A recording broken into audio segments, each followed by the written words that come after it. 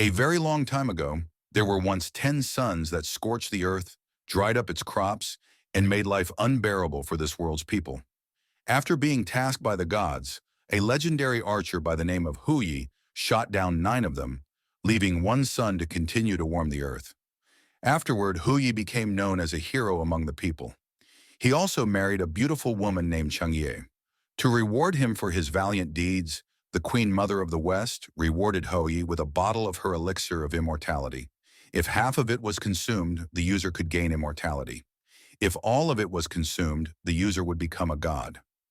Hui entrusted the elixir to Chang'e to keep it safe. Hui's heroic deeds and legendary archery skill led to him taking up many disciples. Among these disciples was Feng Meng, who, unbeknownst to Hui, was a wicked man.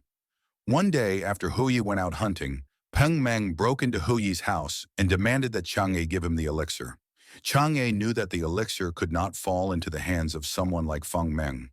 Knowing this, she drank all of the elixir and ascended to the moon as the moon goddess. The Chinese lunar exploration program, fittingly named after the goddess, is an ongoing series of unmanned missions to the moon with robotic spacecraft. The program consists of 4 phases spanning across 6 spacecraft.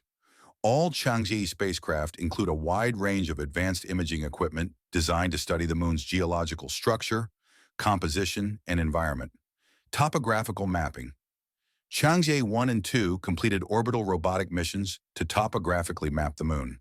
Chang'e 2, in particular, captured high-definition images of the moon and even conducted a flyby of the asteroid Tutatis.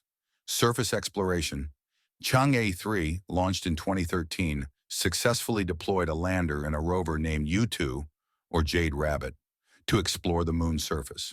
Chang'e 4, launched in 2018, marked a historic first by landing on the far side of the moon. Sample return. Chang'e 5 landed on the far side of the lunar surface to return lunar samples. Before Chang'e 5, no lunar sample return was conducted in over 4 decades. And the latest, Chang'e 6, landed on the far side of the moon in May 2024 for a never-done-before mission to return samples from the Apollo basin. Chang'e 6 also marks a major leap forward in China's goal of establishing a lunar research base, as its exploration near the moon's south pole provides valuable information on the ideal location of a lunar base.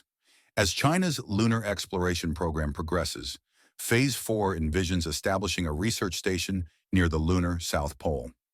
It has everything an astronaut could ever need to prepare for expeditions into space, but most importantly, water for both drinking use as well as being used for fuel. Hence, Chang'e 7, scheduled for launch in 2025, will survey the lunar south pole, focusing on detecting water ice and other resources.